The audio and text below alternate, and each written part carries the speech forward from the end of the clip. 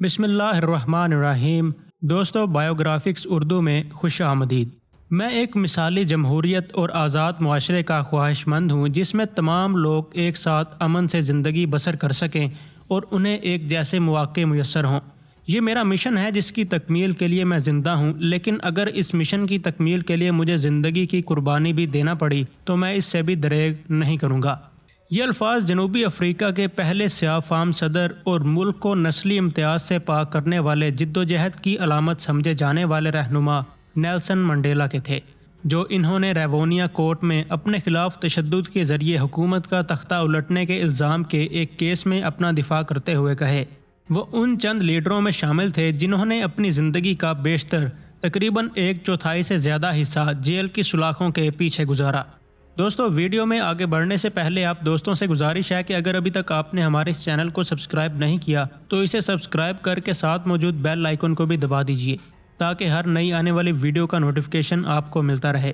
27 سال کی مسلسل قید کے بعد نیلسن منڈیلا کو جب رہائی ملی تو انہوں نے اپنی جدوجہد کا آغاز وہیں سے کیا جہاں 27 سال پہلے انہیں قید کر دیا گیا تھا۔ ایسے لیڈر کے بارے میں مزید کچھ جاننا دلچسپی سے خالی نہ ہوگا۔ نیلسن منڈیلا 1918 میں جنوبی افریقہ کے ایک چھوٹے سے گاؤں کے تھیمبو نامی قبیلے میں پیدا ہوئے۔ پیدائشی نام رولہلا ہلا رکھا گیا، لیکن خاندان میں انہیں مادیبا کہا جاتا تھا۔ انگریزی میں ان کے استاد نے ان کا نام تبدیل کر کے انگریزی نام نیلسن رکھ دیا، یوں انہیں نیلسن منڈیلا کے نام سے شہرت ملی۔ نیلسن کے والد تھیمبو شاہی خاندان کے سربراہ کے مشیر تھے۔ قبیلے کے سبھی لوگ عزت کی نگاہ سے دیکھتے تھے۔ 9 سال کی عمر میں والد وفات پا گئے۔ تھیمبو قبیلے کے سربراہ نے نیلسن کی ذہانت کو جانچتے ہوئے انہیں شاہی خاندان کے ایک اور مشیر کی سرپرستی میں دے دیا تاکہ ان کی تربیت بہتر انداز میں ہو سکے۔ انہوں نے وکالت کی تعلیم حاصل کی اور اپنے ساتھی اولیور تھیمبو کے ساتھ مل کر 1952 میں جوہانسبرگ میں ایک دفتر بنا کر باقاعدہ قانونی پریکٹس کا آغاز کیا۔ ان کی مدد سے بہت سے نادار لوگوں کو انصاف ملا۔ ساتھ ہی وہ افریقن نیشنل کونسل میں شامل ہو کر نسل پرستی کے خلاف جدوجہد میں شامل ہو گئے۔ نیلسن نے 1944 میں جیل کے ایک پرانے ساتھی کی رشتہ دار ایویلن نامی لڑکی سے پہلی شادی کی۔ ایویلن ایک نرس تھی۔ ان کے 3 بچے تھے، لیکن نیلسن کی سیاسی مصروفیات نے آہستہ آہستہ ان کی ازدواجی زندگی کو متاثر کرنا شروع کر دیا، حتیٰ کہ ایک دفعہ ایویلن نے نیلسن کو دھمکی دی کہ اگر انہوں نے اسے نظر انداز کیے رکھا تو وہ اس پر گرم پانی پھینک دے گی۔ لیکن پھر 1957 میں دونوں کی راہیں جدا ہو گئیں۔ 1958 میں نیلسن نے خوبصورت سوشل ورکر وینی میدیکیزلا سے شادی کر لی۔ دونوں کا ملنا جلنا کئی سال پرانا تھا۔ شادی کے فوراً بعد نیلسن کو روپوش ہونا پڑا۔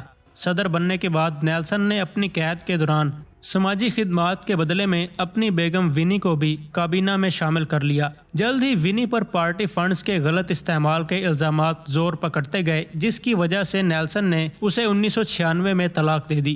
1998 میں اپنی 80ویں سالگرہ کے موقع پر موزمبیق کے سابق صدر کی بیوہ گریکا میشیل سے تیسری شادی کی۔ گریکا کے سابق شوہر 1996 میں ایک حادثے میں ہلاک ہو گئے تھے۔ نیلسن منڈیلا کو دور جدید میں ایک قابل احترام لیڈر کی حیثیت سے جو شہرت اور مقام ملا ہے وہ بہت کم لوگوں کو نصیب ہوا ہے۔ انہوں نے جنوبی افریقہ کی نسل پرست حکومت کے خلاف جو طویل جدوجہد کی، اس کا ثمر آج سب کو مل رہا ہے۔ نسل پرستی کے خلاف نیلسن منڈیلا نے اپنے دوست تھیمبو کے ساتھ مل کر جو مہم شروع کی، آگے چل کر وہ ایک تحریک کی شکل اختیار کر گئی۔ 1956 میں منڈیلا پر اپنے 155 ساتھیوں سمیت غداری کا مقدمہ چلا جو 4 سال بعد ختم ہو گیا۔ 1960 میں افریقن نیشنل کونسل یعنی ANC کو کالعدم قرار دے دیا گیا، جس کی وجہ سے نیلسن منڈیلا کو روپوش ہونا پڑا، لیکن نسل پرست حکومت کے خلاف مظاہروں میں شدت آتی گئی۔ ایک دن 70 کے قریب پرامن سیاہ فام مظاہرین کو گولی مار کر ہلاک کر دیا گیا تو یہ پرامن تحریک نے شدت پسندی کا راستہ اختیار کر لیا، جس کی قیادت نیلسن منڈیلا کو کرنا پڑی۔ چنانچہ منڈیلا کو گرفتار کر لیا گیا۔ ان پر حکومت مخالف تحریک کے ذریعے حکومت کا تختہ الٹنے کا الزام لگا کر 1964 میں عمر قید کی سزا سنا کر جیل میں ڈال دیا گیا۔ 1980 میں منڈیلا کے پرانے دوست اولیور تھیمبو نے منڈیلا کی رہائی کے لیے بین الاقوامی تحریک شروع کی۔ اس دباؤ کے نتیجے میں 1990 میں جنوبی افریقہ کے صدر FW کلارک نے ANC پر عائد پابندی کو ختم کرتے ہوئے نیلسن منڈیلا کو رہا کر دیا۔ 1993 میں انہیں امن کے نوبل انعام سے نوازا گیا۔ 1994 میں انہیں جنوبی افریقہ کا پہلا سیاہ فام صدر بننے کا اعزاز حاصل ہوا۔ انتہائی کم عرصے میں ان کی سیاسی بصیرت کے چرچے دنیا بھر میں ہوئے۔